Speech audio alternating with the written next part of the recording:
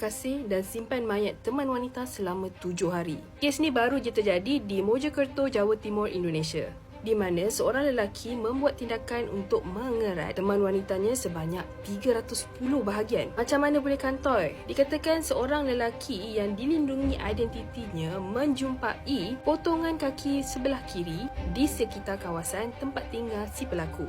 Just nak bagi tahu si pelaku ni memang kerat setiap bahagian tu sikit-sikit je, dan ada juga bahagian yang telah disiat-siat sehingga tinggal tulang. Dan dilaporkan apabila pihak polis menggunakan anjing penjejak, mereka telah menemui 76 lagi bahagian tubuh mangsa. Setelah pihak polis berjaya menjejak si pelaku, mereka dapati yang pelaku ni hanya berumur 24 tahun dan si mangsa berumur 25 tahun. Dan yes, mangsa ini adalah teman wanitanya. Mereka tinggal sebumbung di rumah sewa yang sama. Jadi apabila disoal siasatnya si pelaku, kenapa dia berbuat demikian, dia mengatakan bahawa dia dah lama menyimpan perasaan marah dengan teman wanitanya, which is mangsa lah. Kerana setiap kali berlakunya pertelingkahan ataupun bergaduh, si mangsa ni akan mengunci pintu rumahnya dan tidak membenarkan si pelaku ni masuk. Sehinggalah pada 31 Ogos lepas, si pelaku ni baru balik daripada kerja dan dia bergaduh dengan si mangsa, dan akhirnya mangsa ni bertindak untuk mengunci pintu rumahnya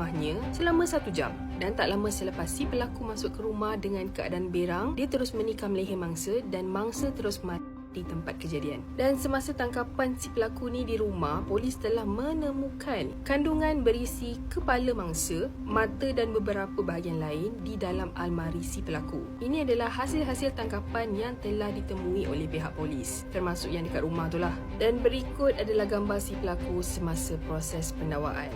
Hai, dunia. Takut betul dengan manusia zaman sekarang kan?